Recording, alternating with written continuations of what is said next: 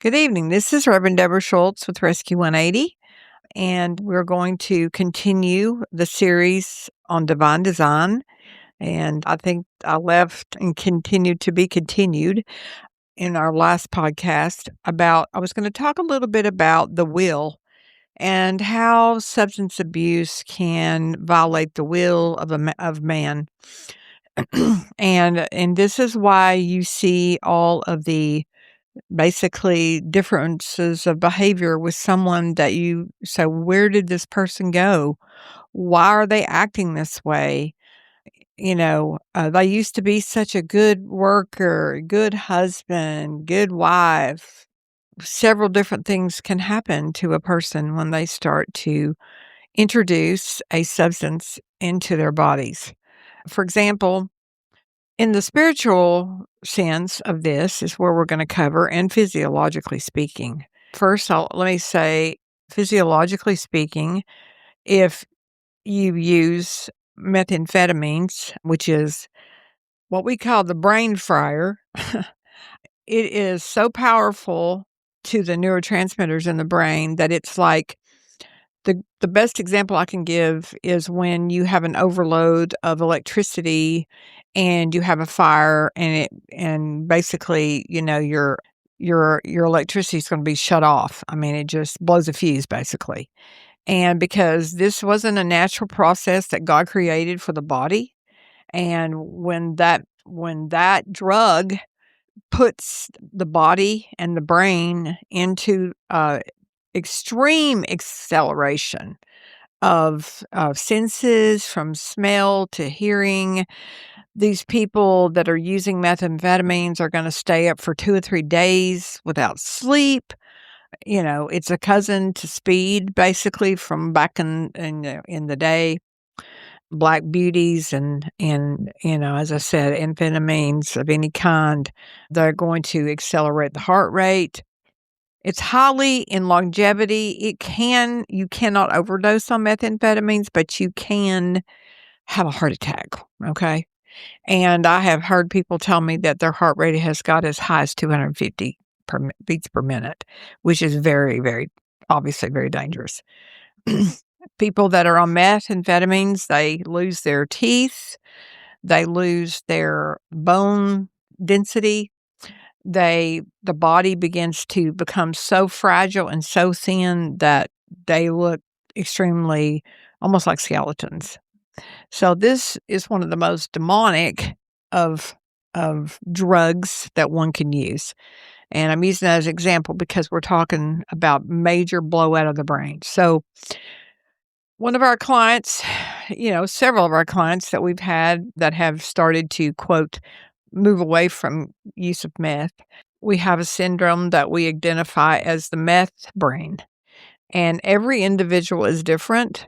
And sometimes it takes them 18 months for their brain to even be able to focus on becoming a normal activity of the brain. So that's one aspect of that. So it takes time to rebuild the neurotransmitters in the brain to the point where how it has affected the frontal lobes of the brain, decision-making, emotions, opinions, different things like that. And then the main core of the brain, the cerebellum of the brain, if you will, the deep, dark subconscious of the brain causes, once they're coming out of methamphetamine use, they're going to have the fight to flight process. They're going to have panic attacks. They're going to go through HE double hockey sticks, as I say to my grandchildren. So it is probably one of the most painful detoxes, although most detox centers will tell you you don't detox from meth. But separating the body and the brain from a chemical substance, is 100% what I call a detoxification. Now we'll talk about spiritual detoxification. So what happens to the will of a human when they start to use a substance? It doesn't matter if it's meth. It doesn't matter if it's another stimulant that's Adderall. A large amount of misuse of any RX drug, which could be Adderall and also could be other RX drugs or even over-the-counter drugs, That can be a stimulant of any kind. Any depressants, which is benzodiazepines, and that's Valium and Xanax, or any depressants, and alcohol. Those are all things that are very, very, very powerful to changing the decision-making process of the brain. People who get DUIs get them, and they're in accidents is because they don't have the proper reaction time. They fall asleep at the wheel. They go too fast. They go down the wrong side of the road. Yes, all of these things are going to affect the brain, but beyond the brain is the will of man. So as you begin to see the usage of drugs, you're going to see the change of the personality. You're going to see how it changes the person, body, soul, and spirit. Sadly, a lot of my clients and people that come to my trauma class at my church, at Park West Church, sometimes they will talk to you about the age that they started using a substance. And it will absolutely set you back and blow your mind when a gentleman or a lady says, "Well, I was 8 years old, and, well, my grandmother was nipping a little bit on some Jack Daniels, and I just grabbed a couple of shots. And then as I got a little older, then my other person down the street, well, he was smoking some weed, and then he wanted to do a little shotgun in my face. And then grandmother had her nerve pills, air quotes, and you got into the nerve pills, and she said, 'Oh, Sonny, here you go. Just have one of these little pills. It'll make you feel better.'" You know? And way back in the day, you got the shine, you got the moonshine, you know? I've got stories I could tell you about one of my relatives that went up and lived in Cott County, and he went up and found his uncle's moonshine still and got wasted at 9 years old. So, guys, it's not going to ever be abolished, you know, and the only thing we can do is educate you. And that's what Rescue 180 is about when it comes to prevention. We're here to go into the schools to talk to kids about making better decisions. Sure, it's accessible to our youth. That's what we're concerned about. Are we concerned about adults? Well, of course we are. But here's the deal. The apple don't fall far from the tree. And in reality, if you have your refrigerator stocked full of booze and you've got kids running around, you just think, "Oh, that's okay. I can have all the booze I want while I'm over 21. Okay, well, that's nice. How about you be a real parent and think about the realities of the fact that if that were to get in the hands of someone whose body couldn't handle that? And really, as you an adult, that's another venue. Are you handling it? I have people that come in here, clients that come in here that are 30. I had a gentleman come in, 34 years old. 34 years old. What?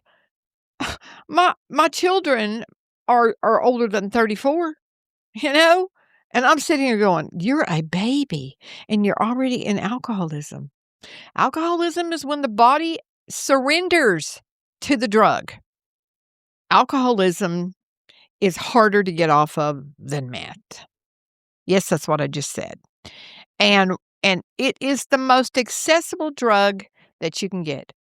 Then you begin to see what happens. This young man says, "I lost my relationship." Oh, this is not me breaking HIPAA. I'm not going to tell you their names, but I will tell you every single person that comes in my office that has a addiction problem, the will has changed and they're no longer in control of their actions. Yes, they will be arrested if they get a DUI. Yes, if they rob a store. Yes, if they do something illegal, they will be incarcerated if they're caught. But let me explain something to you. Through the eyes of God, those people have yielded themselves to a spirit world because they surrendered their will. When we become born again as Christians, what we do is we surrender our will to Jesus Christ. And we allow the Holy Spirit to work through us. And we have to work daily, work out our own salvation with fear and trembling every single day. We have to make a decision Yay or nay, am I gonna do this? But if you don't have control of your own will, how can you have any clarity whatsoever to make a positive decision? So therein lies what we're talking about here. This is one of the things we do at Rescue 180. We are here to, as I said, rebuild and help through we're the hands and feet of God. We're not God at all, but we're here to be used to help through mental health, spiritual health, and physical health, and community health to help rebuild the human, their families, and our community. So that gives you a little bit more of a foundation of what we do here and the mission of Rescue 180. I hope you've enjoyed this podcast. If you'd like to reach out to me or you need any help whatsoever from Rescue 180, our local crisis line is 865-350-2914. And I will tell you, if no one answers, please leave a voicemail. We will get back to you and we will be Johnny on the spot to help you in any way we can. God bless you.